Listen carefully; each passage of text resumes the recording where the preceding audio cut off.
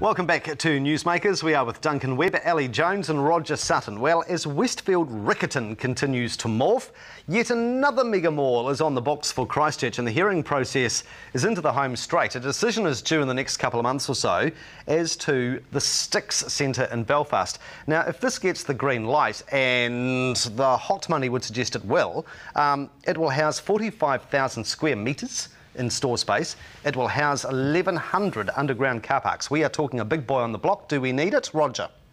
No. But actually, I think part of the problem, it's not we don't need more retail. We may need more retail. This is what these malls are jolly like. If they actually had if you said the mall actually has to be a nice place to visit, there has to be, I don't know, an ice skating ring in the middle or something. There has to be some trees. There has to be something to make them just a little bit more than just this horrible retail place. I'd actually be a lot happy with these suburban things, but at the moment they're just horrible, horrible, bland places. So if we're a lot gutsier about having minimum standards of what they're really like, I'd be pretty happy. What impact would this have on the central city? Oh, none. I don't think it would have any effect on the central city at all. You've got Northlands there, you've got people are avoiding the central city anyway. They're basically staying away from the centre of town and they're going from Riccarton, Northlands, all the other big malls. You know, on the Orbiter. Well, on the green and yellow Orbiter. It's the Orbiter's fault, isn't it? That's created the donut city. If we had an older Orbiter bus, we wouldn't actually have that problem. So if they'd given that to Leopard bus lines, we'd be okay. That's right. Leopard bus lines already has it. No, we'd be able to get out of the suburbs. I don't see how putting a mall in Belfast is going to impact on the central city when you've got Northlands down the road, which if people are going to go to malls and avoid the CBD, they will be doing that anyway. I mean, there is this sense that retail and general living is being spread out. And when you think of the amount of people that live north of Belfast, there is quite a case for them not driving further than they need to.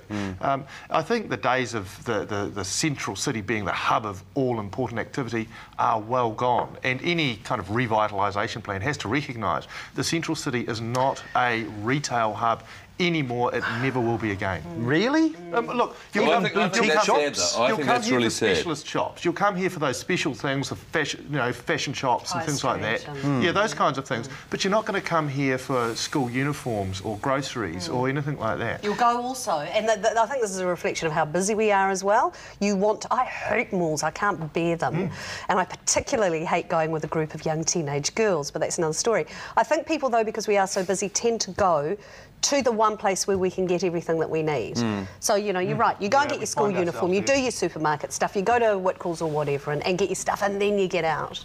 Certainly not a destination. Like SAS. By the way, Anthony Goff made an interesting comment the other day. He reckons that these Auckland guys who are behind this proposal may not have necessarily done enough feasibility. He reckons there's every chance this could become a great white elephant that only becomes successful once it's changed hands a few times. Where are they going to draw their customers from? I haven't seen the story, actually. Well, I suppose Belfast and Northwood, it is one of the growth areas, and it's earmarked for more residential development, isn't it? Across the road from Northwood already. Northwood Super Centre? Yeah. Well, I think they're involved in that at the moment, these developers, yeah. But I mean, take Kaiapoi. Kaiapoi's shopping district is currently beleaguered after the earthquake.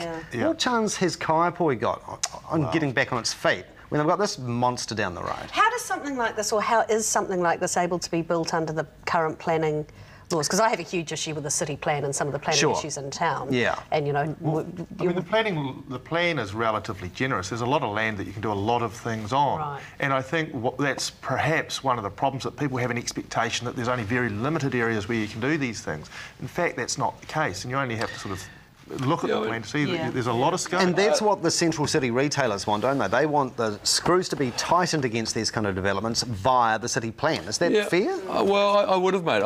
Going back, I think we would have been better off in the city without the big malls. We would have been better off trying to have more development around the central city, where it becomes a more vibrant, interesting place, better transport to get in there. But you can't put the genie back in the bottle now. No, you can't, but the other bus has passed. The interesting thing is, if you go and look down at New Brighton, which used to be the the absolute hub of activity on a Saturday. Yeah. You go there now, and it may well be what some of these malls will look like in 30 years' time, because it's an utter wasteland. Yeah, only if people have got somewhere else to go then, you know, that's the thing, they've got to be able to go somewhere else. Well, yeah, but if you go down to Eastgate, that's another good example, where all of a sudden the mall's changed in character, and the kind of occupancy is turned into $2 shops and cheap importers and this kind of thing. So as the malls develop, the kind of high-quality malls that attract most have all those main high street shops, and the low-quality malls start getting low-quality tenants. All right, let us talk about schoolgirls' skirts and this rather unseemly row that has erupted from Newlands High School in Wellington after the dean apparently called the schoolgirl in the very short skirt a slut. It may not have been politically correct, but does he have a point as to the hideous length of some of these skirts you see around the streets? I think Ellie leads off Can it. you feel that? We just peel away from this one. I think using the word slut was unfortunate, and I can't condone the use of that word at all. Anything like that, actually, slapper, whatever you want to use, whore. Tramp.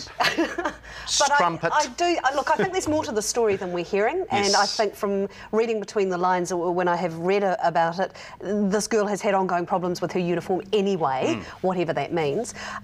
So there is obviously an issue there. I think it's just a shame that the teacher said slut, but maybe she'd been pushed to the point, or he'd been pushed to the point. It's appalling. It's utterly... What, calling a girl a slut? Yeah. Well, it's certainly a teacher in that context. It's utterly appalling. Was the skirt appalling? It's appalling. People say silly things. And we just need to be a little less sensitive to...